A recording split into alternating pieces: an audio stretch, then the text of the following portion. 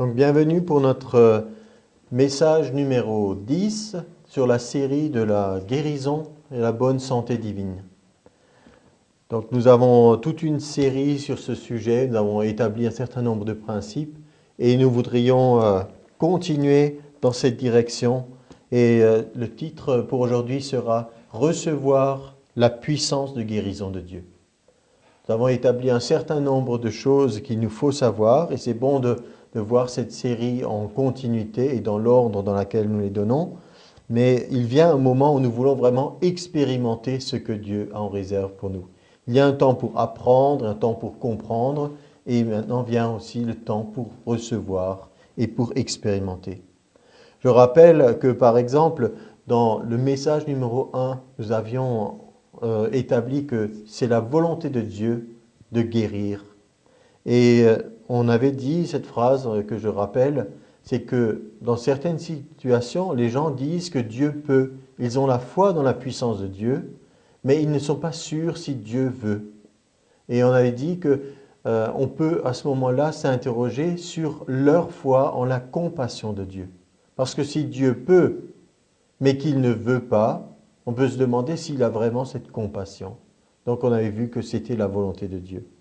Alors, puisqu'on parle de ça, puisqu'on a compris que Dieu, à l'image de Jésus, était ému de compassion pour ceux qui souffraient, et il a la puissance, nous voudrions maintenant comprendre ensemble comment fonctionne cette puissance de Dieu. Comment cette puissance de Dieu peut se manifester dans le monde physique, matériel dans lequel nous sommes. Parce que c'est de ça qu'il s'agit. Beaucoup de gens ont entendu parler des miracles, on y croit plus ou moins, on croit que c'est du passé, ou on croit à certaines choses miraculeuses qui se passent à certains endroits, mais nous avons une vision des choses qui est selon la parole de Dieu, c'est que nous n'avons pas un endroit où il y a des miracles, nous n'avons pas une période où il y a des miracles, nous avons cette connaissance d'un Dieu de miracles, c'est-à-dire un Dieu qui a la puissance et qui a le désir de se manifester dans ce monde. Et ça s'appelle un miracle, une intervention divine. Alors, pour comprendre comment cela se fait, on peut se référer à un passage des Écritures qui parle un peu d'un autre sujet, qui ne parle pas de guérison, mais ça peut tout à fait s'appliquer. C'est dans l'Évangile selon Luc, au chapitre 1, nous avons l'annonce de la naissance de Jésus-Christ. L'ange qui apparaît à Marie, l'ange Gabriel, et qui lui dit, voilà, tu vas avoir un enfant, et cet enfant son nom sera Jésus, ce sera un fils, et il sera grand et appelé fils du Très-Haut. Et le Seigneur Dieu lui donnera le trône de David, son père. Alors il dit beaucoup de choses merveilleuses sur cet enfant, et Marie pose cette question naturelle, normale, comment cela se fera-t-il puisque je ne connais point d'homme? Donc elle fait référence à la façon naturelle dont les enfants sont conçus. Un homme qui s'unit à une femme, ils conçoivent un enfant, cet enfant grandit dans le sein de la maman, et puis un jour il vient au monde, il naît. Et elle se pose la question, comment une chose qui se passe naturellement et qui ne peut pas se passer, puisque je n'ai pas de mari, je ne connais point d'homme, comment cette chose peut-elle se passer? Et l'ange lui répond et lui dit, le Saint-Esprit viendra sur toi et la puissance du Très-Haut te couvrira de son ombre. Et ça, c'est notre réponse aussi. Comment la puissance de Dieu se manifeste? On peut dire la puissance de Dieu se manifeste de la même façon que ce que nous venons de lire dans les évangiles. C'est-à-dire, il y a une manifestation de la puissance de Dieu qui fait quoi? Il couvre Marie de son ombre. Dans le message où nous parlions de l'onction, la guérison qui est le résultat de la manifestation de l'onction, nous avions parlé entre autres de l'ombre de Pierre. Dans les Actes des Apôtres, à un moment, il nous est dit que lorsque Pierre passait dans les rues, il mettait les malades en espérant que son ombre en couvrirait quelques-uns pour qu'ils soient guéris. Et on avait dit que ça ne peut pas être simplement la manifestation de ce phénomène naturel qui est qu'une personne exposée au soleil, elle a une partie qui est dans l'ombre. Et donc on avait dit que c'était en réalité quelque chose qui était autour de lui, qui représentait l'onction, la force de Dieu, la puissance de Dieu qui rayonnait de lui. Et donc de cette même façon, on peut dire que l'ombre du Très-Haut, la puissance du Très-Haut qui couvre Marie de son ombre, produit le miracle de la conception de Jésus dans cette femme. Et de la même façon, on peut dire que la puissance du Saint-Esprit, couvrant de son ombre, agissant sur quelqu'un, produit un miracle. Miracle de guérison, de restauration, un miracle au niveau d'une infirmité. On a vu que Jésus guérissait toutes sortes de maladies, d'infirmités. Et donc, voilà une des clés que nous avons dès à présent pour comprendre comment cela peut-il se faire. Donc, l'onction, c'est la manifestation du Saint-Esprit. L'onction, c'est deux choses qu'on peut expliquer l'onction de deux façons différentes. D'un côté, ça peut être comme un baume, une crème qu'on pourrait appliquer sur une partie du corps en frottant, en voulant vraiment que cette crème puisse pénétrer jusqu'à ce qu'elle fasse son effet. Et ça peut être une crème apaisante pour toutes sortes de maladies ou de maux. Et d'un autre côté, on pourrait dire l'onction, c'est comme quelque chose qu'on verse sur quelqu'un qui le recouvre et qui coule le long de lui-même. Donc avec ces deux aspects, le principe est le même, c'est-à-dire que d'une façon certaine, ça cherche à la fois à pénétrer dans le corps et ça cherche à recouvrir le corps. Donc de la même façon, on peut dire la puissance du Saint-Esprit veut se manifester de cette façon. Donc pour recevoir la puissance de guérison de Dieu, il nous faut comprendre un certain nombre de choses concernant la puissance de Dieu. Premièrement, pour nous, quelque chose qui est important, c'est que il y a beaucoup de choses spirituellement qui doivent travailler ensemble. Donc on peut exhorter les gens à la foi, on peut donner des tas de messages sur la foi, ayez confiance en Dieu, croyez en la parole, etc. Et on se rend compte que malgré tous les efforts que certains peuvent faire, s'il n'y a que cet élément, il n'y aura pas le miracle. Quelque chose va manquer. D'un autre côté, on pourrait dire aussi, beaucoup de gens parlent de la puissance de Dieu, courent après la puissance de Dieu, recherchent la puissance de Dieu, et d'un autre côté, il y a aussi beaucoup d'échecs. C'est parce que nous devons apprendre comment les deux choses peuvent travailler ensemble pour obtenir le miracle. J'ai là un magazine que je ne vais pas vous dire duquel il s'agit, mais ce n'est pas tellement important. Simplement, c'est un magazine chrétien qui encourage les gens à venir à des réunions. Et je ne critique pas du tout, mais donc voilà ce qu'on écrit. Rendez-vous de puissance. On annonce des réunions pour dire rendez-vous de puissance. Et donc, il y a un des orateurs qui est présenté comme un puissant évangéliste. Un autre, on nous dit que c'est un homme dont la vie est hors du commun. Et les autres orateurs, on nous dit qu'ils sont formidables et puis vous allez recevoir en venant. Donc, moi je crois que ça c'est une bonne publicité. De toute façon, on ne va pas dire aux gens, venez si vous voulez, on ne sait pas s'il va se passer quelque chose. Il faut encourager. Mais je me suis dit, est-ce qu'on a le droit de dire à l'avance qu'il y a un rendez-vous de puissance? Est-ce qu'on a le droit de l'annoncer de cette façon? Ben, finalement, quand on réfléchit bibliquement, oui, c'est juste, parce que le rendez-vous de puissance, il est là. Là où les enfants de Dieu sont réunis, la puissance de Dieu est là. Et dans un instant, on va tout de suite voir un certain nombre de choses et une comparaison qui va beaucoup nous aider, c'est qu'on peut dire que l'électricité est dans le naturel, ce que la puissance du Saint-Esprit est dans le spirituel. Donc, si quelqu'un venait, par exemple, avec un appareil électrique chez moi, il voudrait peut-être s'assurer en disant « Est-ce que tu as le courant pour que je puisse me brancher ?» Parce que sinon, peut-être ça ne sert à rien que je vienne avec un appareil électrique quel qu'il soit. Donc, je peux lui dire « Oui, j'ai le courant, tu peux venir avec ton appareil. » Et à ce moment-là, on peut dire « Dans ma maison, la puissance est présente. » Maintenant, encore faut-il qu'il sache s'occuper de son appareil, qui sache correctement le brancher dans la prise électrique. Peut-être pour nous, ce n'est pas une chose très compliquée, mais on va voir que dans la parole de Dieu, certaines choses au niveau de la foi ne sont pas très compliquées non plus. Mais il faut avoir compris comment elles travaillent ensemble. Donc, on peut raisonnablement annoncer aux gens, venez parce que la puissance de Dieu sera présente. Et je dis, ces gens ont raison d'annoncer des réunions où il y a de la puissance. Ceux qui n'ont pas raison, par exemple, c'est de faire des déclarations du style « dans mon église, il n'y a pas de puissance ». De faire une déclaration comme ça exprime simplement leur ignorance totale de ce qu'est l'église et de ce que c'est un chrétien. Puisque si nous regardons à certaines révélations de la parole de Dieu, un verset en particulier pour comprendre la puissance de guérison de Dieu, un verset qui va nous aider, c'est Éphésiens 3, verset 20, un verset qu'on utilise souvent pour vraiment nous stimuler dans la foi, pour dire oui, Dieu peut faire de grandes choses, et on va voir ce qui est dit ici.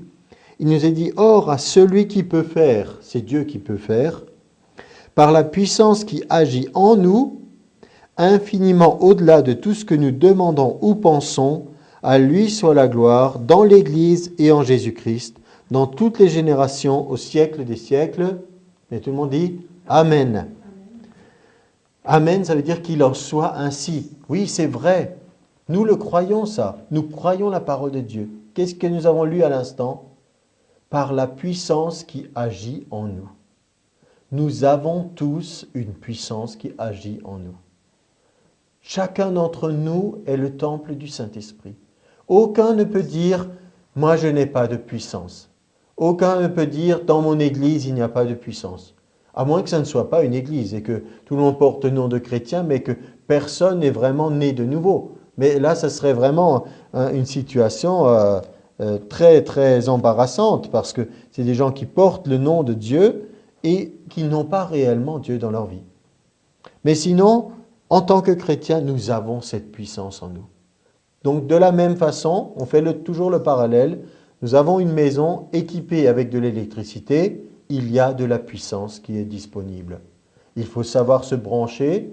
J'ai vu aussi des fois dans mes voyages, vous avez des endroits où la tension n'est pas la même, d'accord? Donc il faut faire attention, si vous avez des appareils avec du 220 volts, il ne faut pas aller là où il y a du 110 ou des choses comme ça.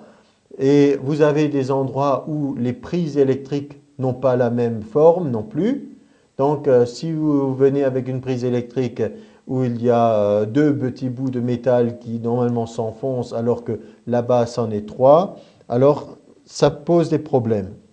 Mais sinon, il y a de la puissance dans une maison, de la même façon qu'il y a de la puissance dans chaque chrétien et qu'il y a de la puissance dans la maison de Dieu, qui est l'Église. L'Église est la maison de Dieu. Mais beaucoup ne savent pas utiliser cette puissance. Nous sommes toujours dans Éphésiens et nous regardons cette fois-ci au chapitre 1, la prière de Paul pour les Éphésiens. Qu'est-ce qu'il priait? Verset 18. Que Dieu illumine les yeux de votre cœur pour que vous sachiez. Tout le monde dit sachiez? Pour que vous sachiez quelle est l'espérance qui s'attache à son appel, quelle est la richesse de la gloire de son héritage qu'il réserve aux saints, et quelle est envers nous qui croyons l'infinie grandeur de sa puissance. On dit l'infinie grandeur de sa puissance. L'infinie grandeur de sa puissance, se manifestant avec efficacité par la vertu de sa force. Et nous avions vu dans l'enseignement sur l'onction de guérison que l'onction, c'est la force de Dieu. C'est la force qui se manifeste. Donc la Bible nous dit ici que nous devons savoir quelle est la grandeur de sa puissance. Vous avez lu avec moi, quelle est la grandeur de la puissance de Dieu? Infinie. Il est dit, elle est infinie. Ensuite, nous avons vu que cette puissance se manifeste par la vertu de sa force. Elle se manifeste par l'onction. Et au verset 20, cette puissance qui se manifeste par l'onction, Dieu l'a déployée en Christ. Il l'a déployée. Qu'est-ce que ça veut dire déployer? Ben, on peut soit replier quelque chose, en faire un petit paquet, ou alors on peut le déployer, ça veut dire l'étaler, le montrer au grand jour.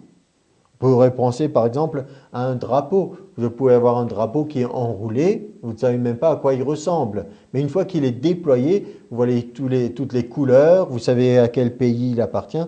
Ici, il nous est dit, la puissance de Dieu a été déployée en Christ. De quelle manière? En le ressuscitant des morts. Parce que pour nous, la mort semble être, et c'est bien, le dernier ennemi, celui que personne ne peut vaincre a priori.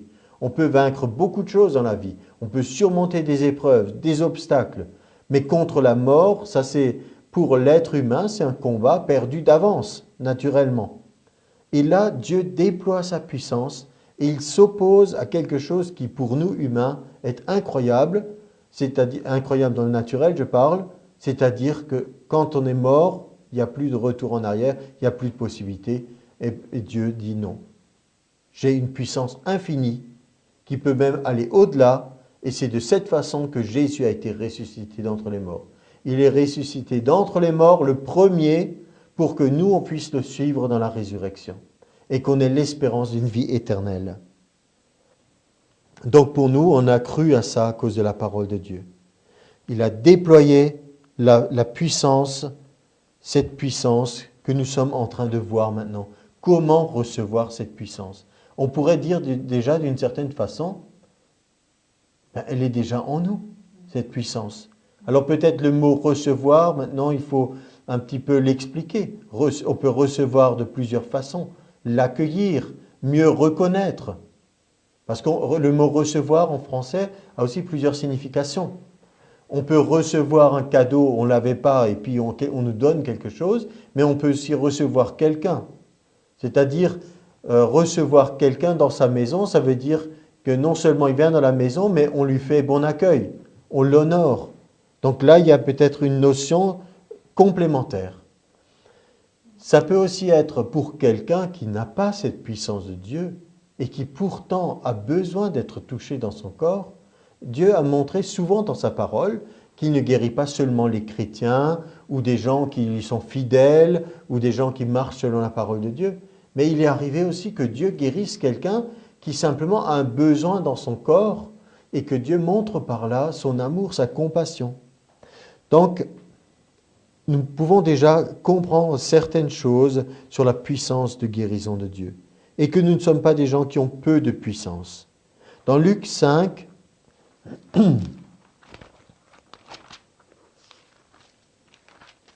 l'évangéliste nous dresse le tableau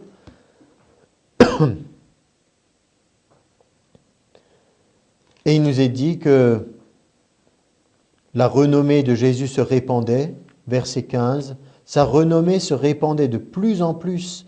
Les gens venaient en foule pour l'entendre et pour être guéris de leur maladie. Et ailleurs, dans la parole, il nous est dit que la puissance du Seigneur se manifestait. La puissance du Seigneur était là, à l'œuvre, alors que les gens étaient réunis. Verset 17. Oui, c'est ce que je voulais souligner. Verset 17, la puissance du Seigneur se manifestait par des guérisons. Donc la puissance de Dieu était là. Et on voit dans certains passages de la Bible que ce n'est pas parce que la puissance du Seigneur était là que tout le monde était guéri. Ce n'est pas non plus parce que l'évangile était annoncé que tout le monde y croyait. Au contraire, certains résistaient. Certains ne voulaient pas recevoir le message de l'évangile, mais d'autres ne veulent pas recevoir la guérison, aussi curieux que ça paraisse, parce qu'ils rejettent Jésus, parce qu'ils ne veulent pas de lui. Ils voudraient peut-être se sentir mieux dans leur corps, mais ils refusent la façon dont Dieu les invite à recevoir. Mais pourtant, on voit que la puissance de Dieu était là. Et donc, on a un certain nombre de lois spirituelles. Comme il existe des lois dans le naturel, il existe aussi des lois spirituelles. On a besoin de les comprendre. L'électricité est régie par un certain nombre de lois.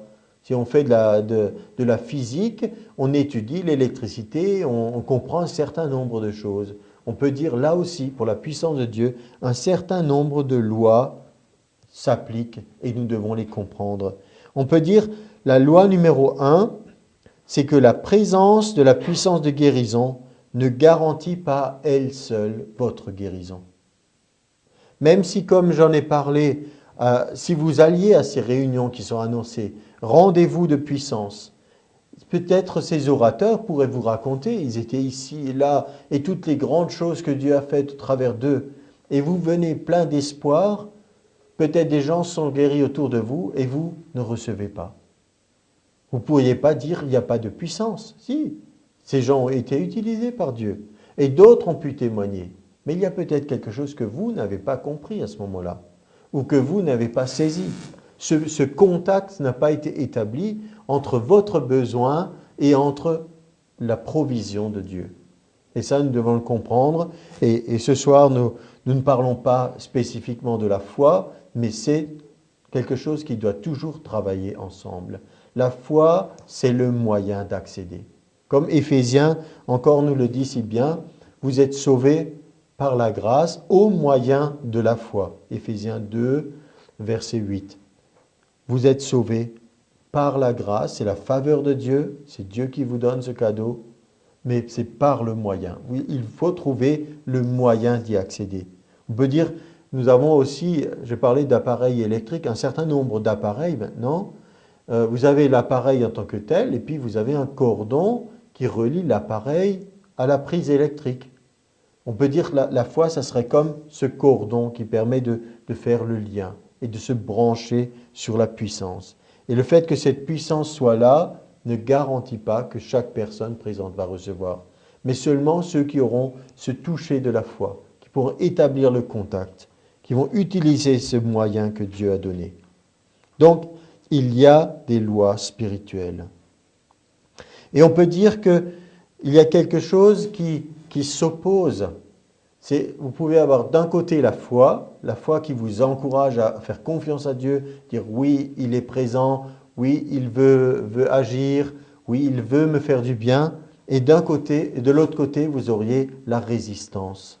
Tiens, résistance, c'est aussi un mot qu'on utilise dans le langage de l'électricité. Voyez, vous pouvez avoir une forte puissance électrique et puis vous pouvez avoir entre, par exemple, cette fois-ci une ampoule, vous pouvez avoir entre les deux une résistance. Et moi, je me rappelle des petites expériences électriques qu'on faisait à l'école. On utilisait ce qu'on appelait un rhéostat. Donc, on avait une espèce de fil qui était enroulé. Et à ce moment-là, on augmentait avec un curseur la longueur du fil où on le raccourcissait. Et selon le cas, alors on voyait l'intensité de la lumière de l'ampoule diminuer ou augmenter. Quelques-uns ont déjà vu ce genre de choses.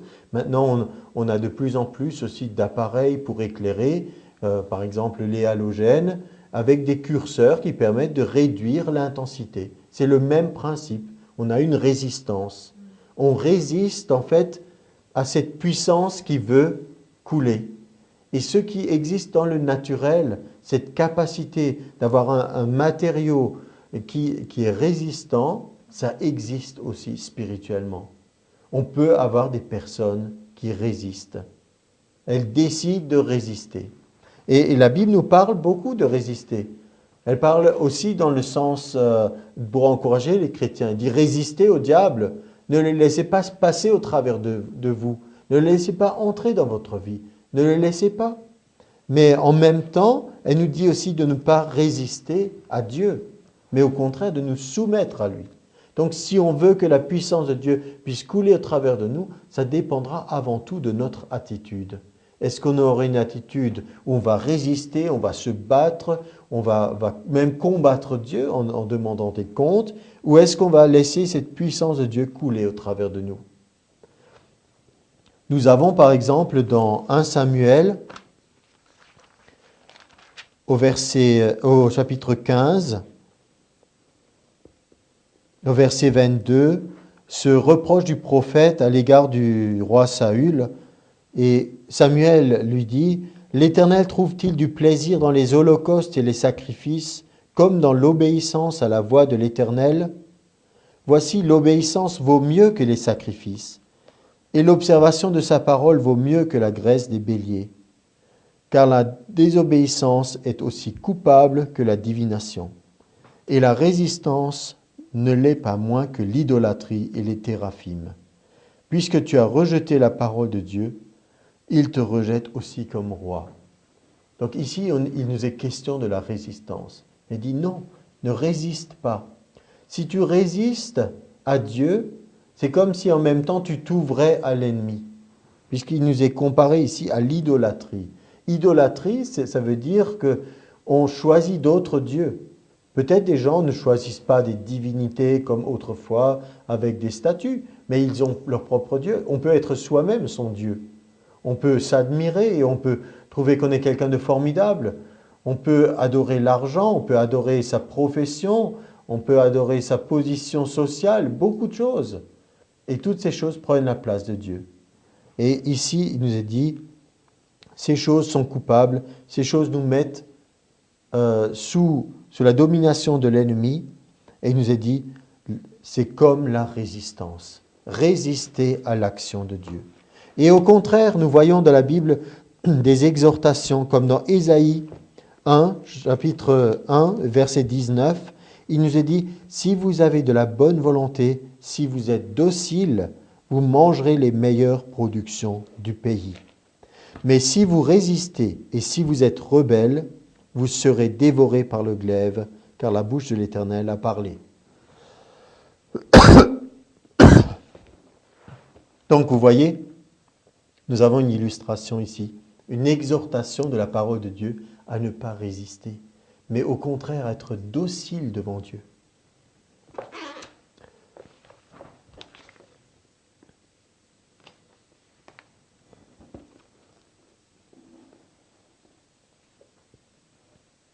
Donc, on va voir une loi numéro 2. On a vu que la présence de la puissance de guérison, même si elle est là, même si on sait qu'elle est là, elle ne garantit pas à elle seule notre guérison. Et la loi numéro 2, on va l'énoncer de cette façon, la puissance de guérison du Seigneur peut être présente sans que vos sens en soient conscients. Quand nous sommes ici dans cette pièce et que nous avons de l'électricité tout autour de nous, nous ne ressentons pas l'électricité. On ne ressentirait l'électricité que si on pouvait mettre nos doigts dans une prise de courant et ainsi s'électrocuter. Mais nous savons qu'elle est là, qu'on le sente ou qu'on ne le sente pas. On en voit les effets. On peut dire d'une certaine façon, ce qui est important pour nous, c'est qu'on puisse vivre la même chose spirituellement. C'est que déjà qu'on ait cette assurance que la puissance de guérison du Seigneur est présente. À cause de la parole, à cause de ce que nous savons, ce que nous avons appris. Vous vous rappelez que un verset qu'on utilise très souvent, c'est aussi Osée 4,6. « Mon peuple périt par manque de connaissance. » Vous voyez un peu le cheminement qui peut se passer dans la tête de quelqu'un. Il se dit, je ne ressens rien, il n'y a pas de puissance ici, il ne se passe rien. Et il se met exactement dans une situation où Dieu ne peut pas agir. À l'inverse, si on a cette révélation, quelles que soient les choses que je ressens, je sais que la puissance de guérison de Dieu est là, qu'elle est à ma disposition. Je me mets dans une position de foi, je me mets dans une position totalement différente. Donc nous avons besoin, une fois de plus, de réaliser que la puissance de guérison de Dieu ne se mesure pas par nos sens physiques. Ce n'est pas ça qui va déterminer. Donc on peut passer à la loi numéro 3. Pour pouvoir bénéficier de la puissance de guérison, vous devez d'abord croire en sa présence. Il faut d'abord se positionner et dire « je sais qu'elle est là ». Parce que si vous dites « elle n'est pas là », où allez-vous aller pour la chercher? Vous pouvez courir partout et vous pouvez vous retrouver dans une réunion où il y a peut-être beaucoup de personnes autour de vous qui croient. Et il y a peut-être des orateurs formidables que Dieu utilise très souvent, peut-être des évangélistes, qui ont souvent des guérisons extraordinaires, des miracles. Et il se peut que vous soyez encore une fois de plus au milieu de ces gens ne recevant rien, à cause de votre attitude et votre position. Et là, ça crée beaucoup de problèmes, parce qu'à ce moment-là, la déception peut être grande. Les interrogations en disant, mais que se passe-t-il? Dieu ne m'aime pas, il me rejette, je suis le seul qui n'est pas guéri, qui n'est pas touché par Dieu, simplement à cause de cette ignorance à la base. Donc, il y a besoin d'abord de comprendre. Nous pouvons bénéficier de la puissance de guérison, mais nous devons d'abord croire en sa présence. Et quand je dis en sa présence, je ne parle pas de la présence de Dieu, je parle de la présence de cette puissance. D'accord? La présence de cette puissance est là. Bien sûr, après on comprend que Dieu et la puissance de Dieu sont toujours ensemble. Mais nous voulons parler de cet aspect maintenant, recevoir la puissance de Dieu. La loi numéro 4, on pourrait l'énoncer de cette façon.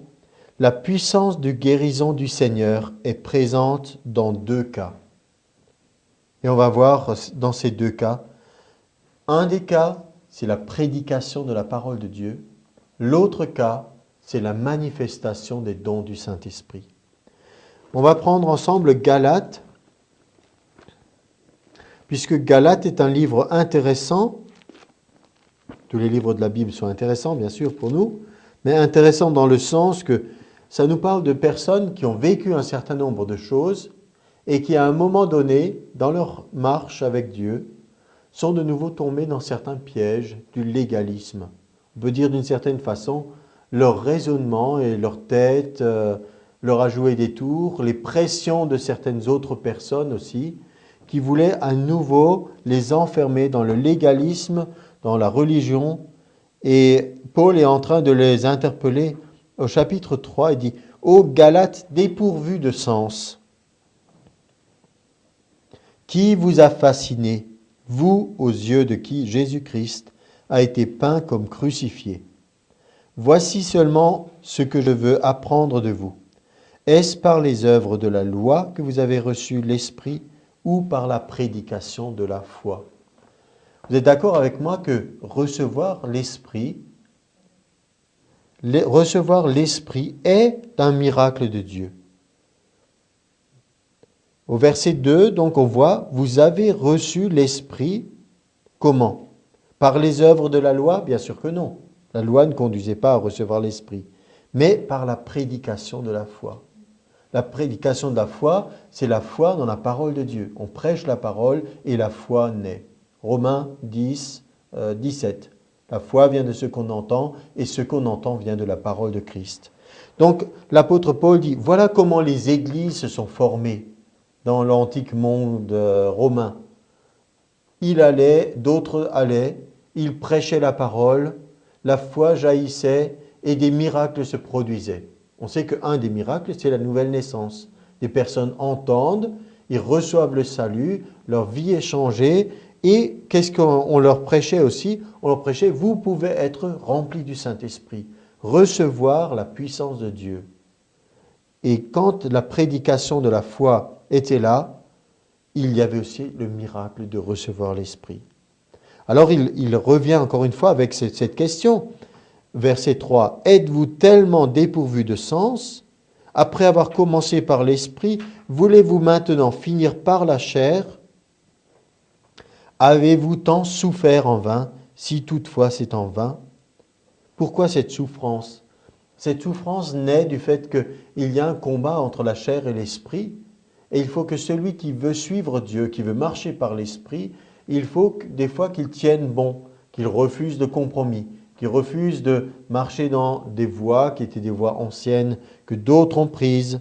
Peut-être il faut qu'il refuse de marcher comme tout le monde, comme les religions officielles voudraient qu'on le fasse. Et c'était le cas des Galates aussi, comme d'autres. Et donc il y a eu de la souffrance, mais il dit, c'est pas pour rien. Pourquoi? Verset 5, « Celui qui vous accorde l'Esprit et qui opère des miracles parmi vous, le fait-il donc par les œuvres de la loi ou par la prédication de la foi ?» À nouveau, il dit, la prédication de la foi opère des miracles. Ça permet à la puissance de Dieu de se manifester. Donc, notre numéro 4, c'était la puissance de guérison du Seigneur est présente dans 2 cas. Un, la prédication de la parole. On peut dire la prédication de la parole de Dieu, mais parole de Dieu ointe, où il y a l'onction du Saint-Esprit. Jésus disait, les paroles que je vous dis sont esprit et vie. Ce ne sont pas juste des paroles en l'air, ou des doctrines des hommes, ou des opinions, ou des avis. C'est plus que ça. C'est des paroles de Dieu qui produisent une différence, qui produisent un changement. Quand on entend ça, pour quelqu'un qui a eu une vie misérable, une vie de criminel, ayant fait je ne sais quel péché et choses horribles, et qu'on lui dit « tu peux naître de nouveau, tu peux recommencer ta vie, Dieu peut te changer, et il va te pardonner tout ton passé », ça produit chez lui quelque chose qui est extraordinaire, un nouveau départ, une nouvelle personne. Peut-être les autres ne le verront pas comme ça à cause de son passé, mais pour Dieu, ça peut devenir une réalité et pour lui aussi. La prédication de la parole apporte tout cela. Et donc, elle apporte aussi, pour ceux qui l'entendent, l'espoir d'un changement. Quelqu'un qui a eu une maladie, peut-être ce n'est pas une maladie vitale dans le sens qu'elle est mortelle, mais ça peut aussi être une maladie chronique. Et il peut aussi être pénible, souffrir pendant toute sa vie d'une maladie qui est toujours là pour vous ronger ou pour vous empêcher de vivre au quotidien. Donc il peut y avoir plusieurs choses. Ou une maladie où effectivement les médecins ont peut-être déclaré, ben voilà, c'est incurable, vous avez encore pourtant de temps à vivre. Donc que ce soit dans un cas ou dans l'autre, la prédication de la parole apporte dans un premier temps l'espoir, et dans un deuxième temps, elle apporte la foi de croire c'est possible. Et ça c'est un tremplin, c'est une voie pour que la puissance de guérison se manifeste. Donc la puissance de guérison est présente à ce moment-là. Pourquoi? Parce qu'il y a une promesse de Dieu. Dans Marc 16, il nous est dit au verset 20 que les disciples ont obéi au Seigneur, ils s'en allèrent prêcher partout et le Seigneur travaillait avec eux et confirmait la parole par les miracles qui l'accompagnaient. Et moi je crois que peut-être certains ont mal compris aussi ce que ça veut dire dans certains cas. Il n'est pas dit que quelqu'un prêche la parole et ensuite il y a un miracle et ça prouve que ceux qui l'a prêché étaient justes. Ça peut être un petit peu dans ce sens. Mais plus important, c'est quelqu'un prêche la parole et Dieu confirme cette parole parce que cette parole s'accomplit. Si je dis maintenant, Jésus est le même hier, aujourd'hui, éternellement, il peut vous guérir quelle que soit votre maladie, et que quelqu'un reçoit cette parole et le croit, Dieu confirme sa parole, le miracle s'opère et cette personne reçoit. Donc ça, c'est un des aspects. La puissance de guérison du Seigneur est présente quand il y a la prédication de la parole. Cette prédication de la parole, on l'a vu, produit des miracles. Recevoir l'Esprit, commencer une vie nouvelle, expérimenter l'opération des miracles. Et l'autre aspect, l'autre cas, c'est quand des dons du Saint-Esprit sont à l'œuvre. Les dons du Saint-Esprit. On a la liste des dons du Saint-Esprit dans 1 Corinthiens 12. Alors on va lire cette liste. Ce ne sont pas les seules façons que Dieu a d'agir, bien sûr. Saint-Esprit est, comme on l'a vu, illimité à la fois dans sa puissance et dans sa façon d'agir. Mais au travers de tous ces dons qui sont listés, ça fait déjà une bonne palette de tous les aspects par lesquels Dieu puisse opérer. Alors les dons de l'Esprit. On a vu tout à l'heure que Dieu veut qu'on sache un certain nombre de choses. Afin que vous sachiez, on avait lu dans Éphésiens. Et ici aussi, il dit, pour ce qui concerne les dons spirituels, je ne veux pas, frères, que vous soyez dans l'ignorance. Verset 1. Alors il nous est dit que le Saint-Esprit, il a différentes façons d'agir. Verset 4, il y a diversité de dons. Mais le même Esprit, le Saint-Esprit. Il y a diversité de ministères, mais le même Seigneur. Diversité d'opérations, mais le même Dieu qui opère tout en tous. Et ça, c'est aussi une bonne promesse pour quelqu'un qui a besoin de santé dans son corps. Si le chirurgien ne peut rien faire, Dieu est celui qui opère tout et en tous. Il est toujours capable. Verset 7. Or, à chacun la manifestation de l'Esprit est donnée pour l'utilité commune. Il n'est pas dit à chacun est donné toutes les manifestations de l'Esprit, mais moi je crois bien davantage que nous devons donc nous mettre dans une position où nous ne sommes pas résistants à l'Esprit de Dieu, et nous disons Seigneur, utilise-moi comme tu le voudras, au travers de ces différentes manifestations. En effet, à l'un est donné par l'Esprit une parole de sagesse. Ça veut dire une révélation surnaturelle de quoi faire dans certaines situations. À un autre, une parole de connaissance selon le même esprit. Une parole de connaissance, c'est une révélation de quelque chose qui a été ou quelque chose qui est dans le présent et qu'on ne pourrait pas savoir dans le naturel. La parole de connaissance est quelque chose qui est souvent lié à la puissance dans l'esprit des gens. Pourquoi? Parce que c'est quelque chose d'impressionnant. Si quelqu'un qui ne vous connaît pas dit des choses sur vous, dit voilà, la personne qui est assise dans le 3e rang, le Seigneur te dit que tu as telle maladie et qu'il veut te guérir, ça impressionne immédiatement parce qu'il y a un côté vraiment spectaculaire. Et alors les gens disent, voilà, la puissance de Dieu est présente. Mais la puissance de Dieu était présente avant déjà. Simplement, il y a cette fois-ci une manifestation de l'Esprit de Dieu, mais tout dépend. Est-ce qu'ils vont simplement croire parce qu'il y a cette parole ou est-ce qu'ils vont croire parce qu'ils s'attendent à la manifestation de l'Esprit de Dieu? Même s'il y a une révélation extraordinaire, il faudra quand même qu'ils apprennent à savoir quoi faire de la puissance, comment l'accueillir. Parce que certains peuvent à ce moment-là, par la suite, être invités à ce qu'on prie pour eux ou qu'on impose les mains ou d'autres choses qu'on verra encore.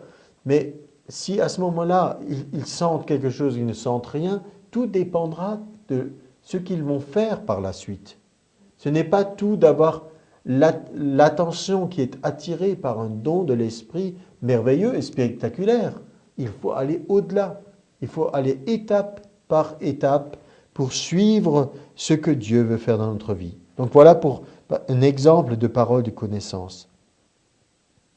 À un autre la foi par le même esprit, à un autre le don des guérisons par le même esprit, à un autre le don d'opérer des miracles, à un autre la prophétie, à un autre le discernement des esprits, à un autre la diversité des langues, à un autre l'interprétation des langues. Un seul et même esprit opère toutes choses et les distribuant à chacun en particulier comme il veut.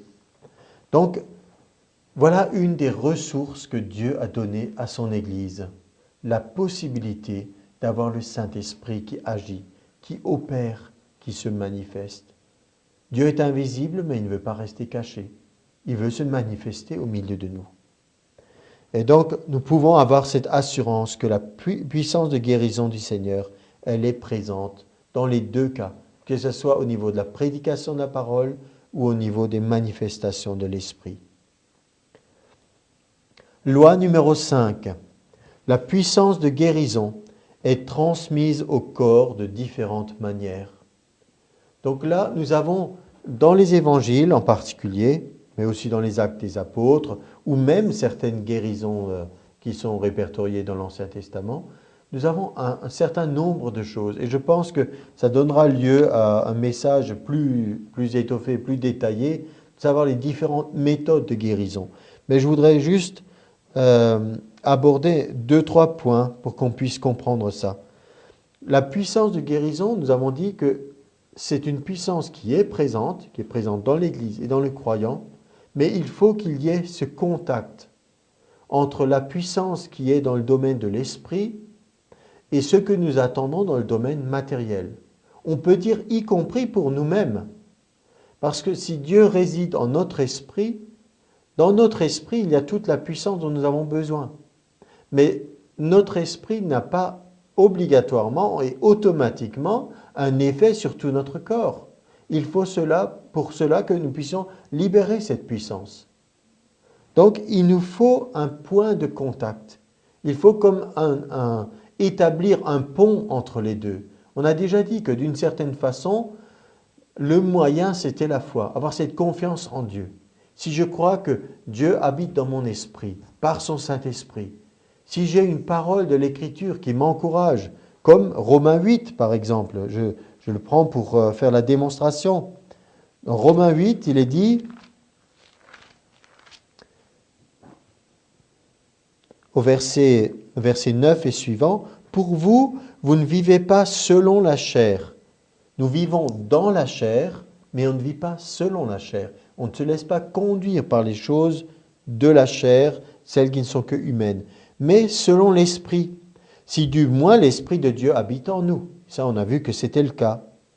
Si quelqu'un n'a pas l'Esprit de Christ, il ne lui appartient pas. Et si Christ est en vous, le corps, il est vrai, est mort à cause du péché. Mais l'Esprit est vie à cause de la justice. Et si l'Esprit de celui qui a ressuscité Jésus d'entre les morts, vous voyez toujours référence à ce grand événement, on peut dire un événement clé dans l'univers, la résurrection de Jésus d'entre les morts, que le Saint-Esprit a opéré. Alors qu'est-ce qu'il fait, cet Esprit qui a ressuscité Jésus d'entre les morts? Il habite en nous. Et celui qui a ressuscité Christ d'entre les morts rendra aussi la vie à nos corps mortels par son Esprit qui habite en nous. Donc si vous le croyez ça, si vous croyez j'ai le Saint-Esprit en moi, il communique la vie à mon corps. Cette puissance de Dieu peut détruire une maladie, peut-être même une maladie que j'ignore. Peut-être que j'ai un dérèglement quelque part. Ça peut être hormonal, ça peut être au niveau de la composition du sang, ça peut être nerveux, ça peut être toutes sortes de choses. Peut-être il y a une tumeur quelque part. Peut-être elle est bénigne ou pas. Mais si je crois que cette puissance de Dieu, elle agit sur mon corps, je peux expérimenter une santé divine. Et nous devrions nous encourager à ça, de vivre une vie au-delà du standard humain naturel. Et de croire que le standard de Dieu, c'est, on l'a vu, Éphésiens 3:20, infiniment au-delà de tout ce que nous demandons ou pensons. Ça veut dire que nous pouvons nous préparer dès à présent à avoir une vieillesse heureuse. Si Jésus tarde à venir et que nous devenions âgés sur terre, on peut avoir une vieillesse heureuse. On peut encore porter du fruit, comme le dit le psaume 92. On peut ne pas avoir certaines maladies de dégénérescence, de perte de mémoire, de toutes sortes de troubles. On peut expérimenter la puissance de Dieu qui se communique à notre corps mortel. Voilà une façon de l'appliquer et de permettre, justement, comme cette puissance de guérison est transmise au corps, de plusieurs façons. Une des façons, c'est d'établir ce contact. Ce contact, c'est un contact spirituel, c'est par la foi, c'est par la libération de nos paroles. Voilà une façon. Un contact ou un point de contact, ça peut être un moment précis. Je fais une déclaration. Je dis aujourd'hui à 22 heures, je déclare que je reçois cette puissance de Dieu qui agit en moi. Ça peut être un moment précis où je dis voilà, Dieu a fait quelque chose pour moi à ce moment-là. Pour d'autres, ça peut être un autre moment. On peut dire, par exemple, si le pasteur ou l'ancien ou l'évangéliste ou simplement une frère et une sœur en Christ ont prié pour moi, ont imposé les mains, c'est à ce moment-là que j'ai reçu ma guérison. Donc on peut le faire par la prière, par la déclaration, par un contact. Ça peut être au moment où je reçois l'onction d'huile. Et donc il y a cette puissance de guérison qui est transmise au corps de différentes façons. Ça peut être que quelqu'un qui a une onction qui se manifeste de façon forte et il vous touche ou simplement passe près de vous et ça se communique. Donc la puissance de Dieu, elle est présente. Elle peut se manifester. À nous d'y croire, à nous de nous ouvrir à ça et de vivre dans ce domaine spirituel où nous voyons ces choses se passer. Loi numéro 6. Quand la puissance de guérison vous est transmise, il se peut que vous la ressentiez ou que vous ne la ressentiez pas. Dans Marc 5, la femme qui était atteinte de la perte de sang a touché le bord du vêtement de Jésus et nous a dit, elle a senti aussitôt dans son corps qu'elle était guérie. Qu'est-ce que ça peut vouloir dire? Ben, simplement qu'avant elle avait mal et maintenant elle n'a plus mal. Donc elle a senti qu'elle était guérie. Elle a pu aussi sentir quelque chose de l'onction de Dieu. Mais la Bible ne nous le dit pas, vous voyez? On ne peut pas dire elle a senti quelque chose, donc il y avait obligatoirement une chaleur ou des frissons ou je ne sais quoi. Peut-être des fois l'onction de Dieu se manifeste comme ça. Des fois ce n'est pas le cas. En tout cas pour elle, elle a senti quelque chose. Et aussi Jésus a senti quelque chose. Il a senti qu'une force était sortie de lui. Donc dans ce cas, la Bible nous décrit que les deux, celui qui a communiqué la guérison et celui qui a reçu, les deux ont ressenti quelque chose. Mais une autre personne pourrait peut-être ne rien ressentir du tout. Et pourtant, quelque chose est en train de se passer. Peut-être la douleur non plus ne disparaît pas tout de suite. C'est possible aussi. Est-ce que pour autant il faut dire « je croyais que Dieu allait me guérir, je vois qu'il n'en est rien, alors tant pis, je n'y crois plus maintenant ». Et alors? Et si vous n'y croyez plus, vous voulez faire quoi? Si vous voulez vous tourner vers les médecins, les médicaments, vous avez le droit de le faire. Mais il vous faudra quand même la foi que Dieu va agir à travers de ces médicaments, à travers de ces médecins. Donc, dans n'importe quelle situation, ce n'est pas le moment de tourner notre dos à Dieu et de dire « il ne veut rien faire ». Mais de toute manière, il nous faut lui faire confiance. Donc, qu'on sente quelque chose, qu'on ne le sente pas, nous avons des exhortations à croire quelque chose se passe. Dieu est en train d'agir et de continuer de le dire. Toujours. Pourquoi on est si rapide à dire voilà ce que le diable fait, voilà comment il me poursuit, comment il me harcèle, voilà comment les choses vont de travers. Les gens ont une facilité de parler de tout ce que le diable fait et une vraie difficulté à parler des choses de Dieu. Il y a une vraie opposition spirituelle, c'est évident. La loi numéro 7, c'est que la puissance de guérison de Dieu peut être en vous et y demeurer inactive.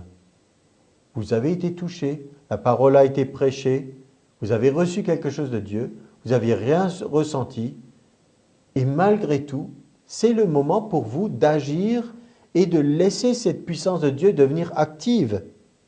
Alors, il y a 2-3 passages dans les Écritures qui nous montrent, peut-être vous allez me dire que ce n'est pas exactement ce sujet, mais peu importe, c'est le même principe qui agit.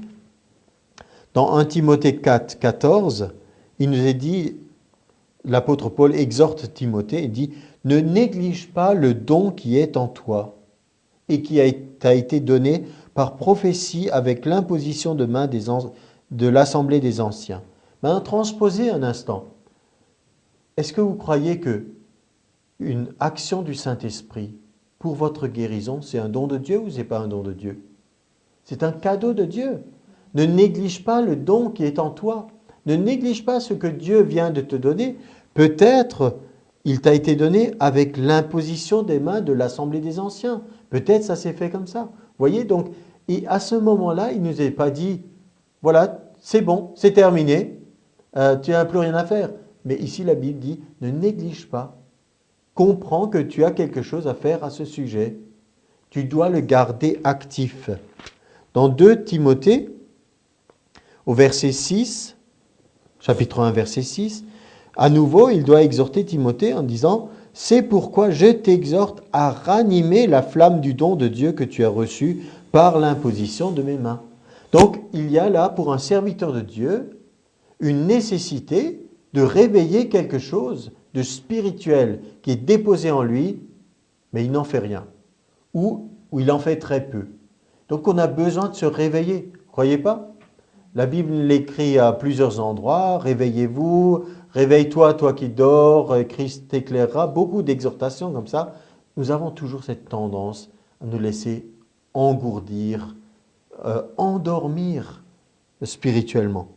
Donc on a besoin de comprendre ça.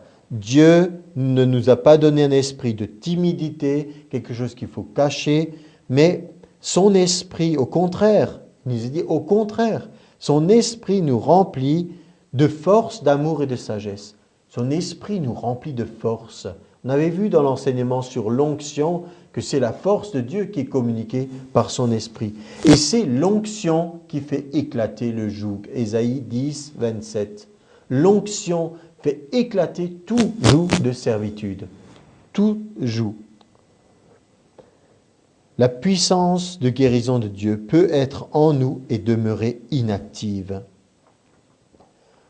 Un autre exemple aussi par rapport à l'inaction de certaines choses spirituelles en nous, dans Thessaloniciens, concernant les dons de l'Esprit, manifestation de l'Esprit,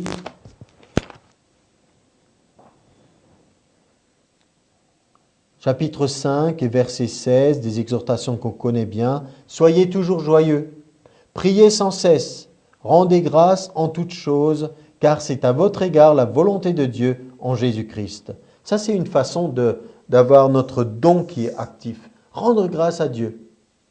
Dire merci Seigneur, je crois que tu es le même hier, aujourd'hui, éternellement. Je crois que c'est ta volonté que je sois en bonne santé. Je crois que c'est ta volonté que cette puissance de Dieu puisse chasser la maladie, me redonner des forces, de l'énergie, de tout ce que vous avez besoin. C'est une bonne façon, c'est la volonté de Dieu à votre égard.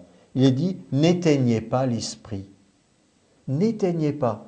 Tiens, c'est intéressant, on avait parlé d'électricité, vous voyez? N'éteignez pas l'esprit. C'est comme si il était là, mais on peut l'éteindre.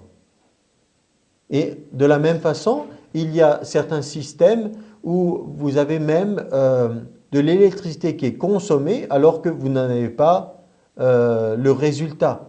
Vous pouvez bloquer l'électricité qui arrive et certaines choses avec les résistances, ça consomme malgré tout. Hein. Il y a un peu d'électricité qui est consommée et pourtant vous n'en faites rien. Vous avez donc cet esprit qui est en nous, ici c'est au milieu de l'assemblée. Dieu vous donne l'esprit, les dons de l'esprit, ne l'éteignez pas. Ne méprisez pas les prophéties. Prophétie, ça veut dire parler de la part de Dieu. Ne méprisez pas les paroles qui viennent de la part de Dieu, parce que ces paroles vont produire un changement. Examinez toutes choses, retenez ce qui est bon. On a vu dans d'autres messages que la guérison est une bonne chose. Examinez, retenez ce qui est bon. Retenez l'idée que Dieu veut faire quelque chose de bon parmi vous et en vous. Abstenez-vous de toute espèce de mal. On a vu que certains obstacles à la guérison, à la bonne santé, ça pouvait être faire le mal, faire l'inverse de la volonté de Dieu. Donc, la puissance de guérison de Dieu peut être en vous, mais aussi inactive. Donc, soyons attentifs à ça. Et la loi numéro 8, et ça sera notre dernière, dès que la puissance est reçue, maintenez allumé l'interrupteur de la foi. À nouveau, cette illustration d'une lumière. Si vous rentrez dans une pièce qui est sombre et que vous avez de l'électricité, vous appuyez le bouton, êtes content si ça se met en route, vous y voyez clair, vous n'êtes pas obligé de vous cogner les pieds à des objets ou des obstacles, mais vous ne voulez pas juste l'allumer pour une minute et puis l'éteindre. Si vous voulez demeurer dans cette pièce, vous voulez continuer de voir. Vous voulez pouvoir y vivre, vous voulez pouvoir y faire quelque chose, sauf si c'est pour dormir, mais ce n'est pas notre sujet. Mais on veut pouvoir profiter de la lumière qui est là. On peut dire que d'une certaine façon, le Saint-Esprit, c'est lui qui est la lumière, la parole de Dieu, c'est elle qui nous éclaire. Donc, il y a besoin aussi de maintenir allumé l'interrupteur de la foi. Et surtout pas éteindre l'esprit. Vous savez, il y a certaines choses qui attristent le Saint-Esprit. Et parmi ces choses, en particulier, les paroles mauvaises. Ça, c'est l'exhortation de Éphésiens 4, quand il est dit de ne pas mentir. Mentir, ce n'est pas juste essayer de tromper quelqu'un, mais mentir, c'est aussi dire quelque chose qui est contraire à la parole de Dieu. Éphésiens 4, 25, « Renoncez au mensonge et que chacun de vous parle selon la vérité à son prochain. » On pourrait dire même, et à soi-même aussi. Parlons selon la vérité. Et un peu plus loin, il est dit, « Qu'il ne sorte de votre bouche aucune parole mauvaise. » Des paroles mauvaises, c'est ce que les gens disent constamment. Je vais mourir, je ne vais pas m'en sortir, il n'y a rien à faire, c'est un mal incurable, mes parents sont morts et donc c'est normal, mon corps se détériore, ma mémoire devient de plus en plus mauvaise et tout le reste de choses. Il nous est dit, ce sont des paroles mauvaises. Elles ne servent pas à l'édification. Elles ne communiquent pas une grâce à ceux qui l'entendent.